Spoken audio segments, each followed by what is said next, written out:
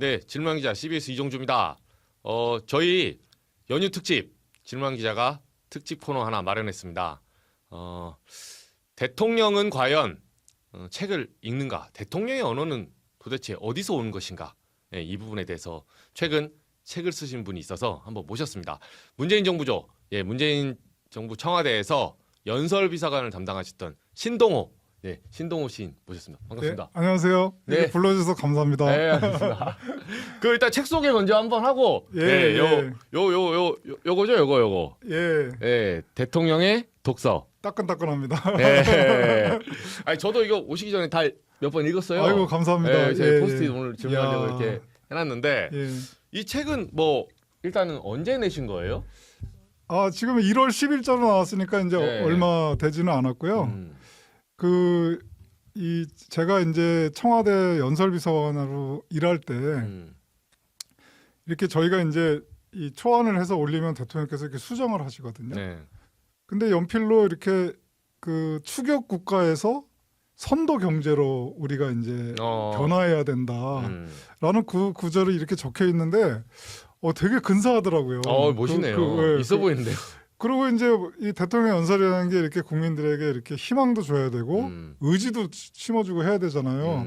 그런 의미에서 선도 국가가 되자, 이 경제를 선도해 나가자. 그때가 한참 이제 뭐 AI니 수도 경제니 이런 거 할 때니까 굉장히 적절한 표현이다 싶어가지고 또 연설비서관으로 약간 또 자존심도 좀 상하고. 그렇죠. 내가 쓴 언어를 쓰셔야 되는데. 이제 그래서 이렇게 부속실에 가서 알아봤더니 최근에 그 이정동 교수의 축적의 길을이라는 책을 읽으셨다고 하더라고요. 그래서 그 책을 보니까 거기에 그런 이야기들이 담겨 있어요. 실패도 다 축적을 해서 그쵸. 이걸 기반으로 그동안은 우리가 이제 산업화 시대에 이렇게 추격하는 국가였다면 이제 새로운 시대에는 선도할 수 있다 이런 내용이었습니다. 그래서 그때 이제 막연히 그때 뭐 결심을 한 건 아니고요. 그 대통령이 어떤 책을 읽고 어떤 그 가치관을 정립해서 이것이 이제 국민들을 만날 때 어떤 말로 나오는지를 한번 이거를 소개하면 국민들에게 되게 좋을 것 같고 그다음에 대통령이 어떤 생각을 하고 있다는 걸 알면은 또 예측 가능도 하지 않습니까? 그렇죠. 그래서 우리 국민들께서 이렇게 대통령을 생각할 때 도움이 되겠다 싶어서 막연히 생각했는데 근데 청와대 생활이 끝나고 어쩌다 보니까 취업도 잘 안 돼 그래서 열심히 썼습니다. 그 시집은 여러 권 내신 것 같더라고요. 예, 지금까지 4권 냈습니다.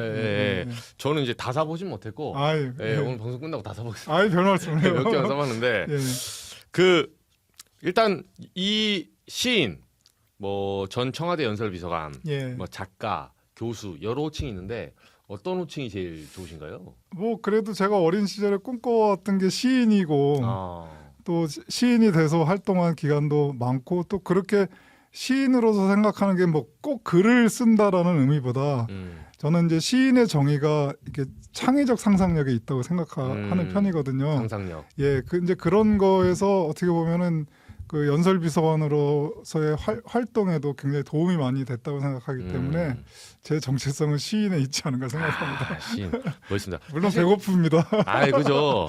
사실 저는 그 뭐 공자가 그런 말 했잖아요. 무슨 예전에 말하면 뭐 이버예, 흥어시 마지막 이제 시로 끝나잖아요. 이제 보면 물론 그 시가 이제 그 시인지 모르겠지만 예전에 이제 글을 읽고 뭐 이 문해력 내지는 이런 걸 말한 것 같은데 사실 저는 그 시의 그 생략의 미, 그리고 그 해석의 여러 다양성이잖아요. 그렇습니다. 여백. 근데 이게 고도의 그러니까 산문이의 시가 있다는 거는 그 고도의 상상력과 축적인 것 같아요. 그렇습니다.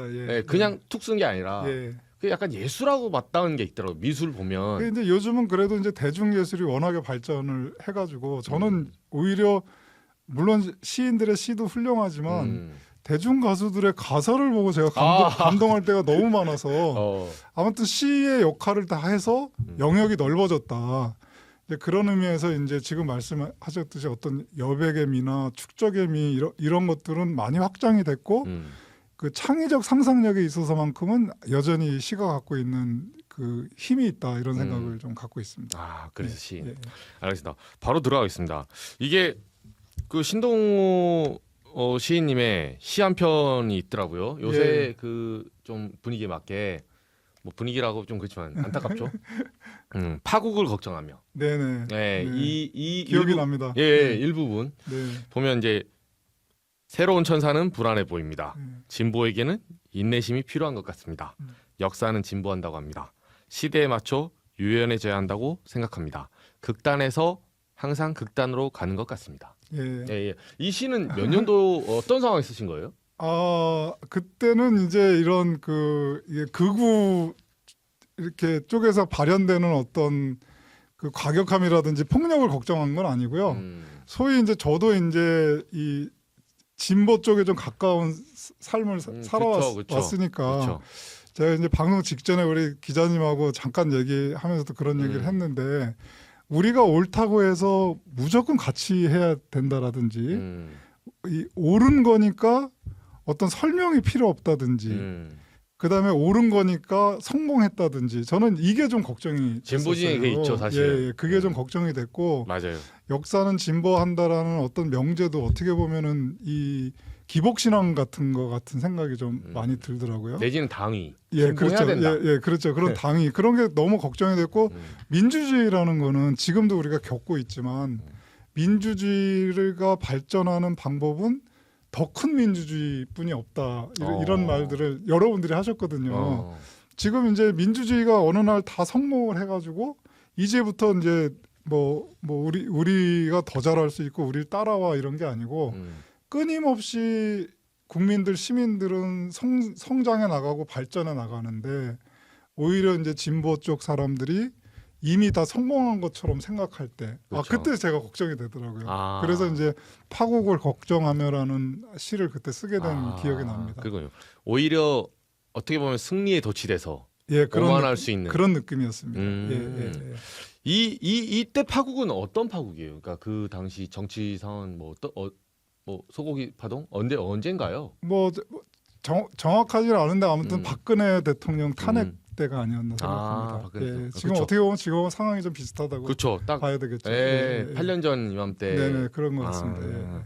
그때도 약간 양극단으로 찢어졌죠, 사실은. 그렇습니다. 지금 좀 더하긴 하지만. 네네. 지금 현상적으로는 완전히 찢어진 듯 보입니다.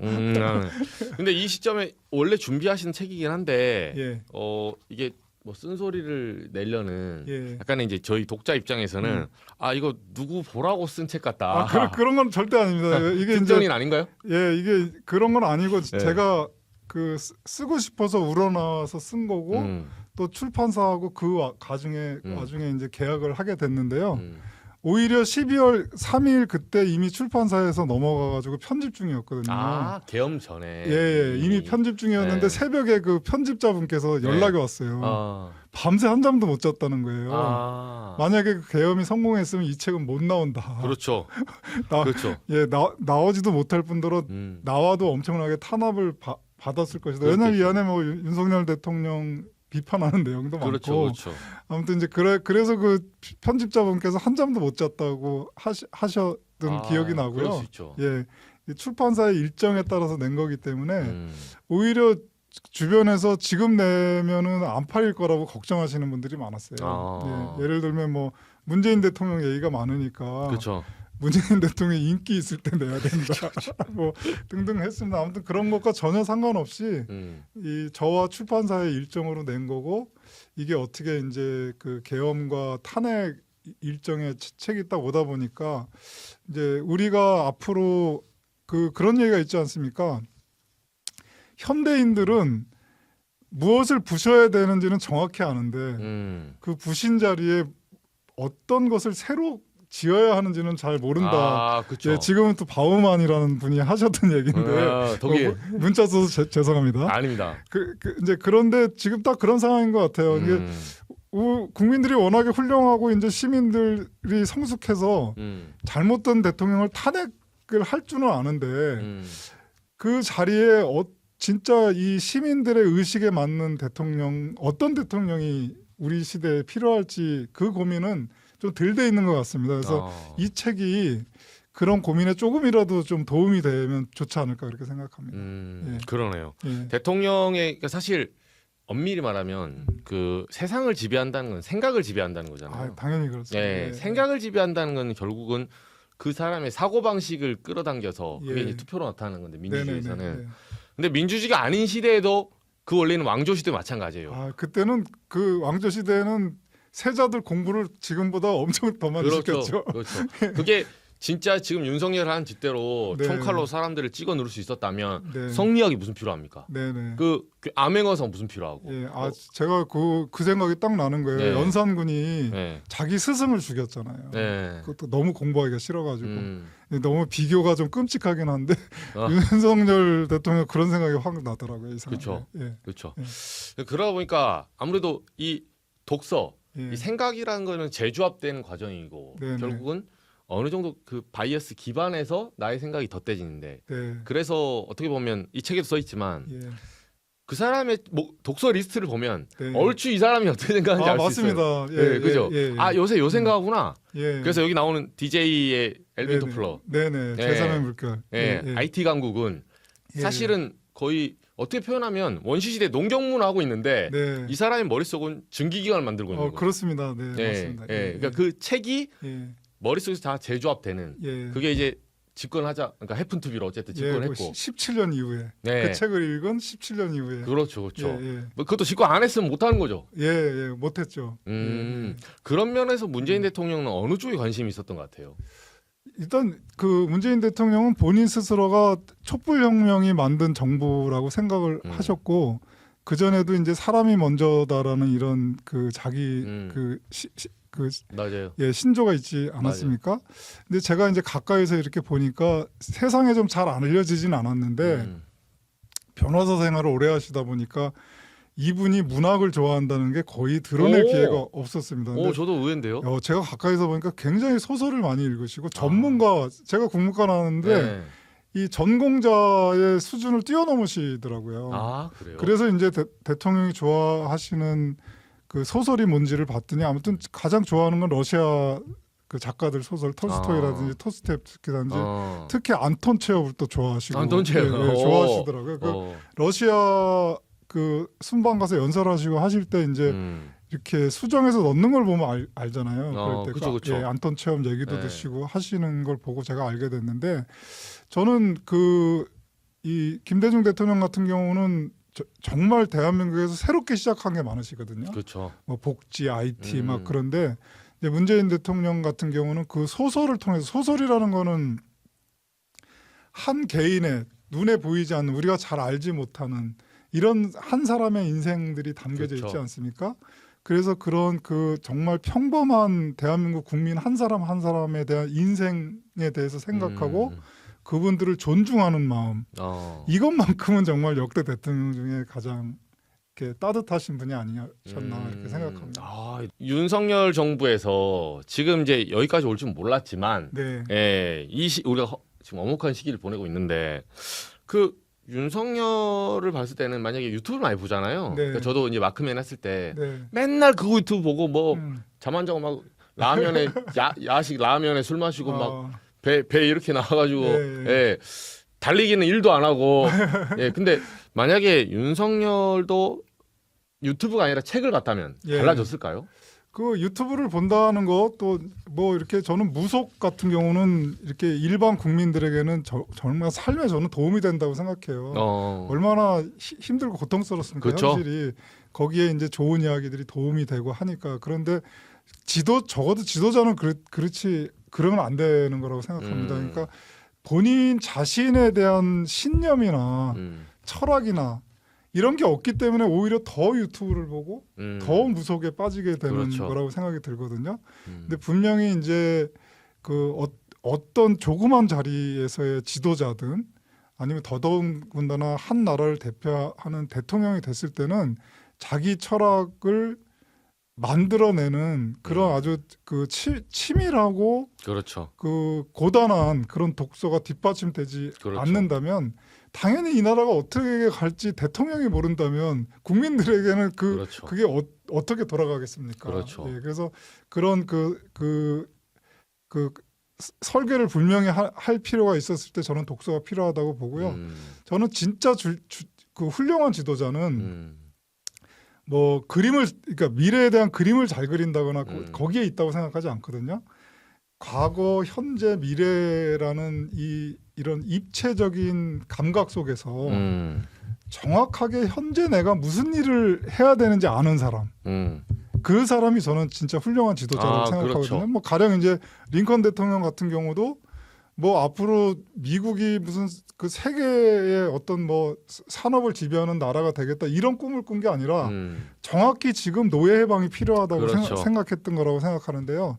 이제 그런 지도자가 되기 위해서는 당연히 과거와 대화해야 되고 그 미래를 그림을 그려야 될 텐데 그렇죠. 그러기 위해서 반드시 필요한 게 과거의 사람을 만날 수는 없으니까 그렇죠.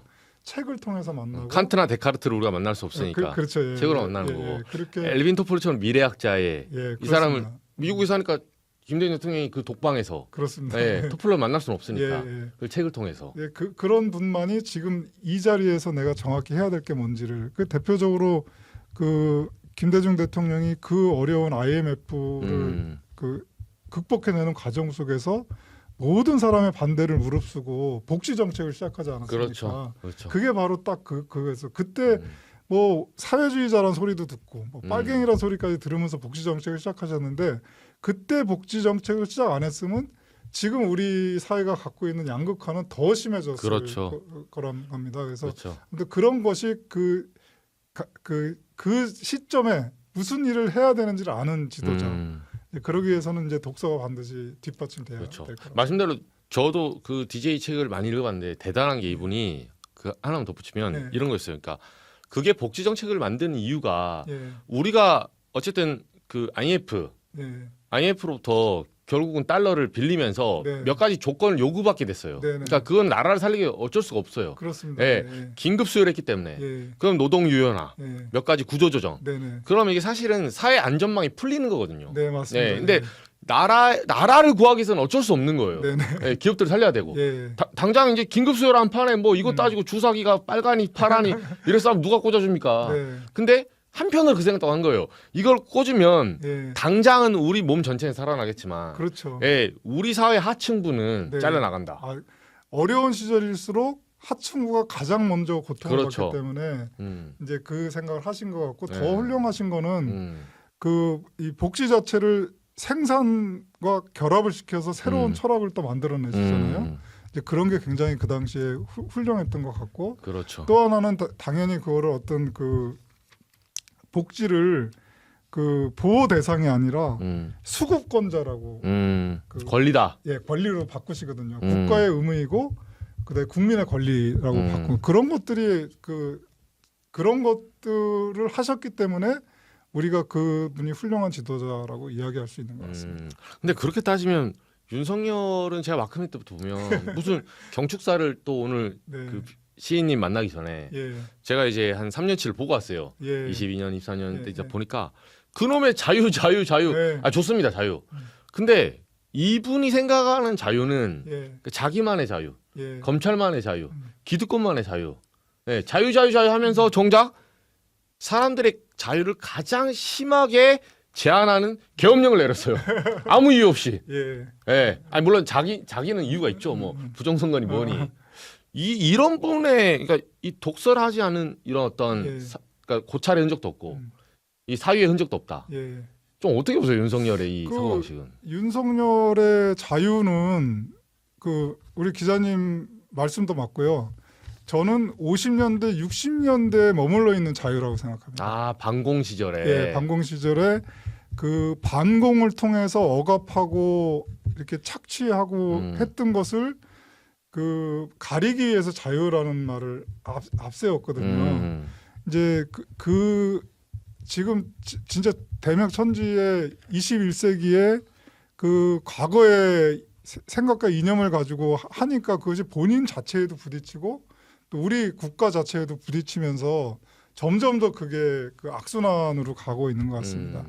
저는 이제 윤석열도 윤석열이지만 그 우리 사회의 지식인이라고 하시는 분들 또 진보 쪽에 계신 분들도 마찬가지라고 생각해요. 그러니까 저도 그야말로 70년대 80년대는 독서의 시대였거든요. 음. 그때는 선물도 다 시집으로 하고 그쵸. 책으로 하고 그랬습니다. 그렇죠. 신문과 예, 독서. 그만큼 많이 읽었는지는 모르겠으나 아무튼 굉장히 그때는 읽기가 많이 있었고 저도 그때 굉장히 많은 걸 읽었던 것 같아요. 그렇죠. 근데 문제는 뭐냐면 그때 70년대 80년대 읽었던 걸 가지고 지금도 그대로 살아가는 것도 저는 문제라고 생각합니다. 그 발전이 없는 거네요. 왜냐하면 특히 자연과학이라든지 그 사회학 같은 경우 굉장히 발전이 빠르거든요. 그렇죠. 저도 요번에 이제 이 책을 쓰면서 공부하면서 느낀 것 중에 가장 큰 게 방관자 효과라는 게 그게 이제 미국에서 어떤 분이 칼에 찔렸는데 38명의 주변 사람들이 아무도 근데 그게 지금도 가끔 제가 그 TV를 보면 대한민국을 대표한다는 지식인들이 나와서 그 방관자 효과를 막 설명하시고 이러시거든요. 그러니까 지금은 완전히 그게 새롭게 다 조사가 돼가지고 그렇지 않았다. 그 사람이 쓰러지자마자 이웃에 있는 친구가 달려와서 그 사람 품에서 죽었다는 게 밝혀졌고요. 많은 사람들이 걱정하고 그래서 범인도 찾아내게 됐거든요. 그렇죠. 그래서 그 방관자 효과라는 게 그 당시에 그 사람들 간의 어떤 이 방관을 이기적인 삶이라고 할까요? 그렇죠. 그걸 강조하기 위해서 만들어진 거였는데 그걸 지금까지도 그렇게 쓰고 있다라는 거죠. 과거의 그 사례를 가지고. 그다음에 이제 과학도 마찬가지고 과학도 얼마나 빠르게 발전합니까? 그렇죠. 그러니까 지금도 이 진보라고 생각하시는 분들일수록 더 빨리 발전하고 있는 이야기들, 그다음에 사상들 이런 것들에 대해서 접하면서 자기 생각을 계속 끊임없이 유연하게 만들어 내야 되는데 이제 이런 분들조차 과거의 독서를 가지고 지금 적용하려고 하니까 그렇죠. 그래서 서로 더 이해할 수 있는 폭이 더 좁아져 버린 게 아닌가 생각이 듭니다. 그래서 뭐 윤석열을 비롯한 그런 분들뿐만 아니라 소위 진보라고 하시는 분들도 끊임없이 업그레이드를 하기 위해서 자신도 업그레이드하고 시대도 업그레이드하고 진보적인 태도와 행동도 업그레이드하기 위해서 저는 새로운 독서가 필요하다고 생각합니다. 그러네요. 그리고 사실 지적 성장에는 좌우가 없어요. 맞습니다. 결국은 그 도태되는 이념이 도태되는 게 아니라 그 사람 개인이 도태되는 거지. 성장하지 않는 무조건 성장하지 않는 집단은 도태되기 마련이고. 그런 면에서 지적 성실함. 이런 게 좀 필요하다. 윤석열은 50년대 거의 60년대 살고 있는. 그렇게 생각합니다. 딱 수준이 그렇죠. 아까 과학적 사고 말씀하시니까 이제 이 책에 이제 칼 세이건 얘기도 나오고 하는데 이 연설문 쓰신 거랑 과학적 사고 언뜻 보기에는 이건 글을 다루는 직업이고 약간 시인이시고 그러니까 이거는 문학적 어떤 상상력 이 부분이고 과학은 뭔가 좀 기계 다루고 뭐 딱딱하고 막 증기기관하고 막 이게 좀 다른 것 같으면서도 같아요 사실은. 어떤 부분이 그랬나요? 아니 이제 제가 이제 최근에 좋아하는 그 과학자 중에 카를로 로벨리라는 분이 계시거든요. 카를로 로벨리. 이탈리아 시간은 흐르지 않는다라는 책으로 유명하고 마치 그분의 책이 시 같아서 제가 되게 좋아하는데요. 그 카를로 로벨리가 그런 얘기를 합니다. 최고의 과학자는 자신의 주장을 자주 철회하는 사람입니다. 그 대표적인 사람이 아인슈타인이라고. 아인슈타인 천재 물리학자. 저는 민주주의도 마찬가지라고 생각합니다. 그러니까 자신의 주장을 자주 철회하고 의심해보고 되돌아보고 그렇지 않고야 어떻게 민주주의가 발전하겠습니까? 그렇죠. 내가 옳다고 무조건 나를 따르라고 한다든지 뭐 억압한다든지 그건 아무리 좋은 일이라도 독재나 다름 없게 되는 거죠. 나에 반대하면 반국가 세력이야. 그러니까 지금도 우리가 이런 생각을 해야 됩니다. 그러니까 그 타락한 권력, 나쁜 권력을 해체하고 심판하기 위해서 과연 우리가 가진 권력을 나쁘게 쓸 수 있는지 한번 생각해 보자는 거죠. 그러니까 정말 그렇지 않아야 또 한 걸음 이렇게 전진하지 않겠습니까? 그렇죠. 그러니까 이 국민의힘으로 지금 이렇게 나쁜 권력이 해체되고 심판을 받고 있는 와중인데 그 우리가 그 권력을 가지고 똑같이 쓸 수는 없는 거 아닙니까? 이제 그런 의미에서 그 내가 생각하는 거에 대해서 자꾸 철회하고 의심해보고 저는 그런 의미에서 과학이라는 게 이제 검증하면서 계속 실패하고 찾아 나가는 거 아니겠습니까? 그렇죠. 이제 그런 의미에서는 과학적 방법론이 민주주의적 방법론과 굉장히 맞닿아 있다. 흡사하네요. 네네네. 그래서 굉장히 놀랐습니다. 저도 이번에. 근데 말씀하신 그 민주주의와 과학적 태도, 예. 검증하고 나를 의심하고 예. 나의 불완전성을 인정하고 그렇습니다. 그리고 예. 이 불완전성의 그 기저에는 성장하려는 태도잖아요. 당연하죠. 예, 완벽함이 없다. 예. 이걸 전제하고 네네. 그러면 사실 그 자기 반성에서 나오는 건데 예. 자기 성찰이 되는 거고 네네. 이런 과학적 태도와 마음을 어떻게 기를 수가 있어요? 그러니까 그게 없는 사람도 있잖아요. 또는 강도가 낮은 사람도 있고 예. 윤석열처럼 과학이라고는 0인 사람도 있고 저는 길러지나요? 그게 꼭 책으로 된다라고 생각하지는 않는데요.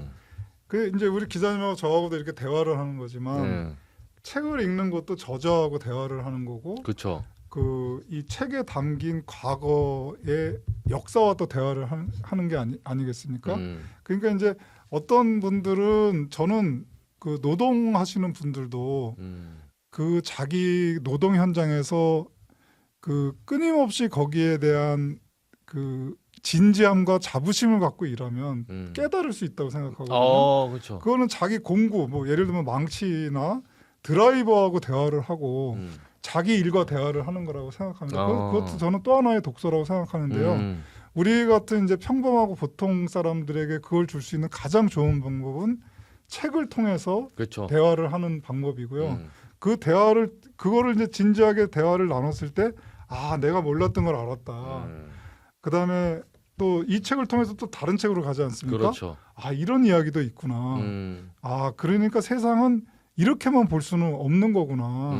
그 좀 더 내가 그 다양하게 세상을 보는 노력을 해봐야 되겠다. 근데 이렇게 발전해 나가는 그렇죠, 거라고 그렇죠. 생각합니다. 그러니까 뭐 그 직업에 따라서는 그 가령 뭐 지도자들은 당연히 많은 사람들의 생각을 읽어야 되겠지만 이제 아이디어 차원에서도 그 자기 직업 안에서 확장될 수 있는 것들이 굉장히 많이 열려질 거라고 저는 생각을 합니다. 네, 그렇게 이제 훈련이 되는 거라고 생각합니다. 아, 그렇군요. 많은 경험도 해보고 예. 그게 꼭 책이 아니더라도 예. 자기 업에서 예.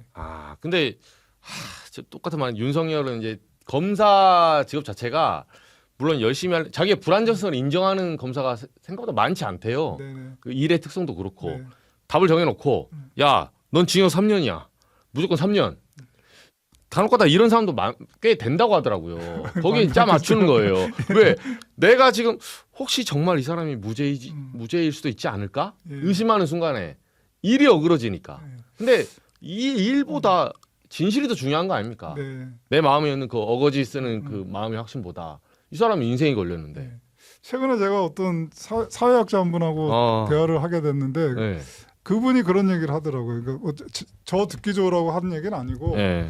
예전에 보면 문재인 대통령 주변에는 똑똑한 사람들이 많더라. 그 이제 그 아마 축적의 길 이종동 교수님 얘기하다가 막 그런 얘기 나온 것 같은데 근데 윤석열 옆에는 똑똑한 사람이 없다. 네. 그러니까 똑똑한 사람은 없고 말 잘 듣는 사람만 데려다 놓은 그렇죠, 것 같다. 그렇죠. 그러니까 그 지금 우리 사회를 구성하고 있는 지도자들도 한번 우리가 살펴볼 필요가 있습니다. 저 사람 주변에 말 잘 듣는 사람만 있는지 아니면 정말 똑똑한 사람들이 있어서 부족한 점을 채워주고 때로는 끌고 가고 비판하고 하는 사람이 있는지를 그것만 봐도 우리 사회가 또 윤석열이 있던 사회로 갈지 아니면 정말 발전하는 사회로 변화해 갈지를 볼 수 있을 것 같습니다. 같은 질문인데 예. 그러면 이 독서에 관해서 뭐 윤석열은 이제 한 권도 안 읽은 것 같지만 독서는 한 권도 안 읽은 사람보다 한 권만 읽은 사람이 더 무섭다. 예, 저도 그런 생각이 듭니다. 제가 좀 전에 그 원자력 관련된 여러 책을 읽고 잘못된 점을 찾았다고 하지 않았습니까? 예, 이제 뭐 저는 어떤 사람을 존경하고 또 그 사람을 나의 지표로 삶의 지표로 삼는 거는 나쁘지 않다고 생각합니다. 뭐 그건 왜냐하면 인간이라는 건 다 부족한 점이 있는 거기 때문에 뭐 그럴 수 있다고 생각합니다. 그러나 그 한 것에 얽매임으로써 다른 것을 보지 못한다면 그거야말로 정말 그 나쁜 길로 빠지게 되는 거겠죠. 뭐 저는 종교도 굉장히 유연해야 된다고 생각하는데 내가 믿는 종교가 무조건 옳다고 그 다른 종교를 다 악마화할 때 벌어지는 그 나쁜 현상들이 많지 않습니까? 근데 분명히 종교는 그렇게 가리키지 않을 텐데. 그렇죠. 이제 대표적인 현상이 그런 게 아닐까 생각합니다. 그래서 그게 지금도 여전히 남아가지고 이렇게 종교 간의 전쟁도 벌어지고 하는데 이제 그런 의미에서 뭐 우리가 바쁜데 뭐 많은 책을 읽자 이렇게 될 수는 없겠지만 그 책을 읽는 것만큼 상대방의 이야기를 존중하는 것도 한 권의 책을 읽는 것과 마찬가지라고 저는 생각합니다. 그렇죠. 예, 그래서 그 이 좋은 대화 또 많은 이야기를 듣는 것 이제 이런 걸 통해서 이제 그 독서가 다 주지 못하는 것을 받아들인다면 여러 권의 책을 읽는 것과 마찬가지가 아닐까 생각합니다. 맞아요. 1시간 동안 59분 동안 자기 얘기하는 사람은 100% 아니고 제가 보니까. 예, 맞습니다. 예. 그 일종의 정치인뿐만 아니라 누구에게나 독서 리스트가 예. 뭐 자신의 그 메시지잖아요. 네, 그렇습니다. 근데 역대 대통령 중에 시인님이 보시기에 예. 가장 강력한 메시지를 전달했던 예. 그 대통령은 누가 있을까요? 글쎄 저는 뭐 그런 의미 그 국민들께서 이제 그 노무현 대통령의 연설을 기억을 많이 하시는데 그렇죠. 강렬했으니까. 워낙에 열정적이고 하시니까 그 노무현 대통령은 독서도 굉장히 공격적으로 읽으셨더라고요. 그렇죠, 제가 그렇죠. 공부를 해보니까 뭐 노무현의 독서해가지고 책도 예, 있잖아요. 그런데 그게 이제 그 분야가 너무나 다양해서 맞아요.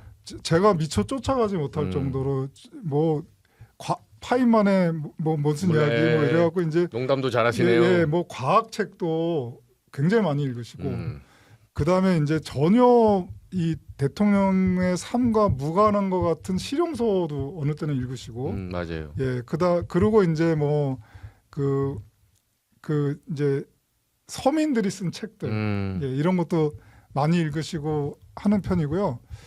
그 김대중 대통령 같은 경우는 쭉 보니까 철학자야. 이분. 그렇죠. 사상가자. 예, 학자죠, 학자. 예, 이분 독서 목록에서 빠지지 않는 게 니체. 예, 뭐 등등 해가지고 이 철학자들의 그 최신 트렌드까지를 쫙 섭렵을 하시고 맞아요. 물론 이분도 소설도 좋아하시곤 하지만 또 미래학에 대해 관심이 그렇죠. 많으셨던 것 같습니다. 최근에 제가 문재인 대통령을 뵀을 때 여쭤보니까 요즘 장애인들이 쓰신 책들을 많이 읽고 계신다고요. 장애인들. 예, 역시 또 문재인 대통령은 한 개인의 삶에 또 이렇게 천착하시고 관심 갖고 애정을 갖고 계신 것 같습니다. 그런 삶을 통해서 우리 국민들이 어떻게 성장해 나가는가에 대해서 굉장히 관심이 많으신 것 같습니다. 아무튼 이 독서가 현실로 드러났을 때 가장 열정적이고 뜨거웠던 분은 아무래도 그 노무현 대통령이 아니신가. 그렇죠. 예. 네, 전방위적으로. 또 외국으로 가면 이제 오바마 대통령이 그랬던 것 같고요. 그 제가 이제 뭐 연설비서관을 하다 보니까 공부를 하게 됐는데 그 체코 벨베 혁명 이후에 하벨 대통령이 등장하시지 않습니까? 그분 전설문은 거의 철학 입문서 같더라고요. 그 세계적으로 유명하신 지도자들 중에 그렇게 철학적으로 연설하시는 분도 계셨는데 그렇죠. 굉장히 인상적이었어요. 해외에서는 특히나. 이게 그 문재인 대통령 당 대표 시절에부터 말씀하시면 거의 한 2014년 그쯤이잖아요. 이제 당시에 이제 국민의당으로 쪼개지기 안철수 뭐 이런 혼란도 되게 있었고 힘든 시기였습니다. 인연이 어떻게 되셨나요 처음에는? 원래 저는 이제 남북 관계에 관심이 많아가지고 그 이제 그런 일로 이렇게 민간에서 활동하다 보니까 좀 부족함을 느껴서 이제 이 정부 단위에서 한번 해보고 싶다라는 생각을 하게 돼서 2012년 선거 때 처음 뵙긴 했는데 그때는 이제 원오브 댐이었습니다. 막 이렇게 캠프 전체 여러 명 있었는데 이제 2014년 당 대표 선거하실 때 메시지 팀장으로 참가를 하게 됐는데요.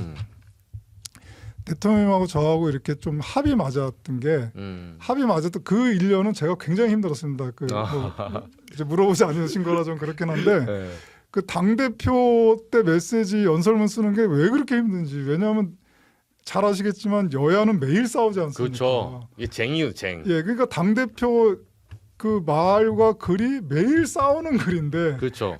제가 너무 힘든 거예요. 그렇죠. 싸워보지 않았으니까. 예, 그 죽고 싶더라고요, 진짜. 너무 힘들어하고 몇 번을 그만둔다고 한 적도 있습니다. 그렇죠. 근데 오히려 대통령이 딱 되시니까 온 국민을 대상으로 그렇죠. 이 말을 하니까 그 저하고 그때부터 맞기 시작했는데요. 통합의 메시지와 비전 제시. 그게 너무 저는 좋았던 기억이 있는데요.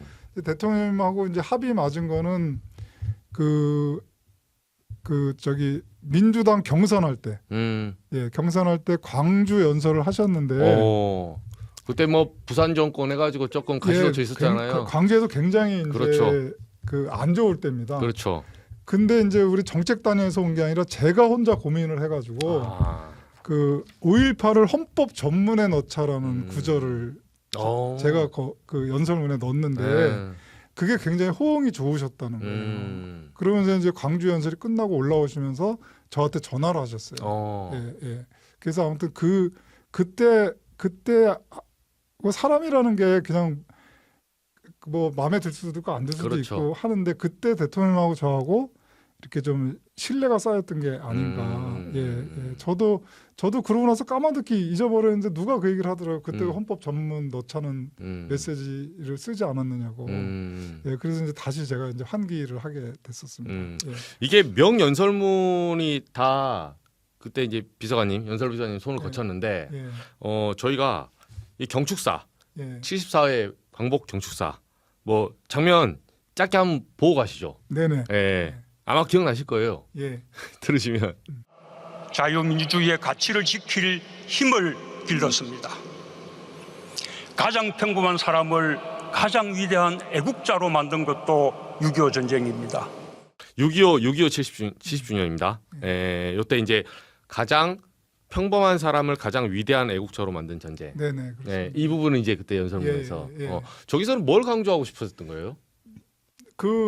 제가 그 문재인 대통령님과 일을 하면서 그 가장 신경을 많이 쓰신 연설문이 아닐까 생각하거든요. 왜냐하면 이례적으로 한 2달 전에 혹시 준비하고 있냐고 물어보시더라고요. 보통 그렇게 2달 전에 물어보시는 경우는 없거든요. 미리 한참 전에. 그러니까 저도 고민을 하고 있었는데 대통령님도 그 6.25 70주년을 굉장히 중요하게 생각하셨던 것 같아요. 저도 그때 굉장히 공부를 좀 많이 하고 있었는데요.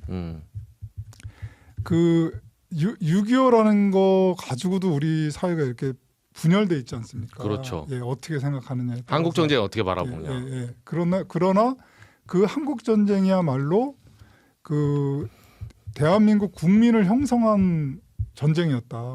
어떻게 보면 대한민국의 정체성이 시작된 전쟁이었다라고 고민하고 있다고 말씀을 드렸고 대통령님도 뭐 고개 끄덕끄덕 하시면서 그쪽으로 한번 잡아보자. 그래서 6.25를 통해서 세대 통합을 한번 해보자라는 게 그 당시에 이제 어떤 목표였습니다.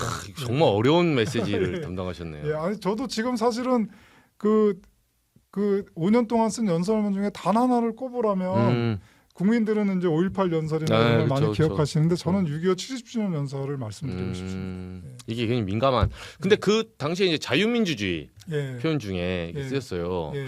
근데 그래서 약간 정치적 시비도 있었어요. 예. 왜냐하면 저게 지금 뭐 지금 이제 윤석열이 사후적으로 보면 윤석열의 시그니처예요. 예. 의도적으로 자유. 예. 근데 저 단어를 특별히 꼽은 이유가 있었어요? 그러니까 이제 아까도 말씀드렸지만 그 우리를 지지하는 반쪽만 국민이라고 생각한다면 저 단어를 쓰지 않았겠죠. 그러나 지지하지 않는 국민들도 당연히 우리 국민이고. 그렇죠.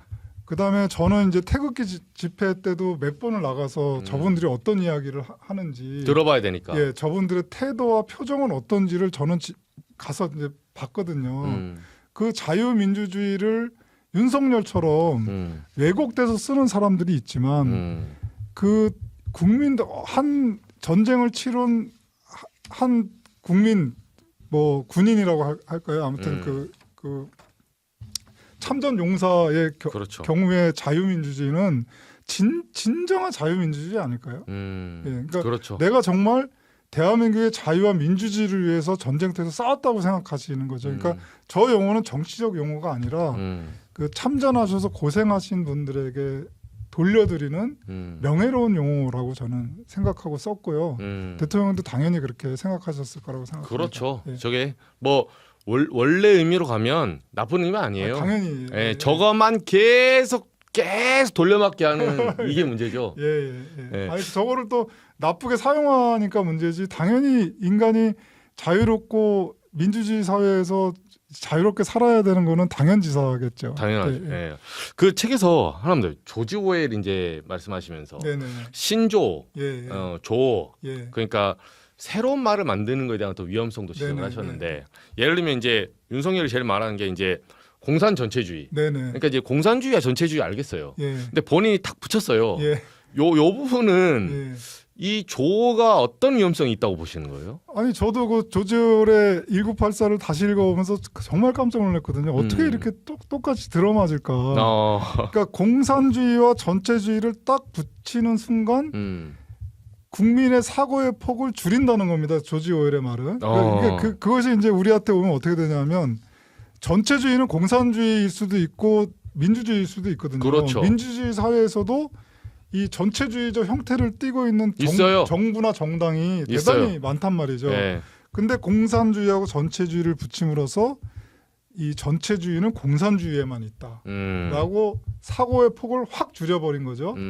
그러니까 이제 우리가 용산을 향해서 니네 전체주의 아니야 그러면 아니 우리 공산주의 아닌데 왜 전체주의라고 불러?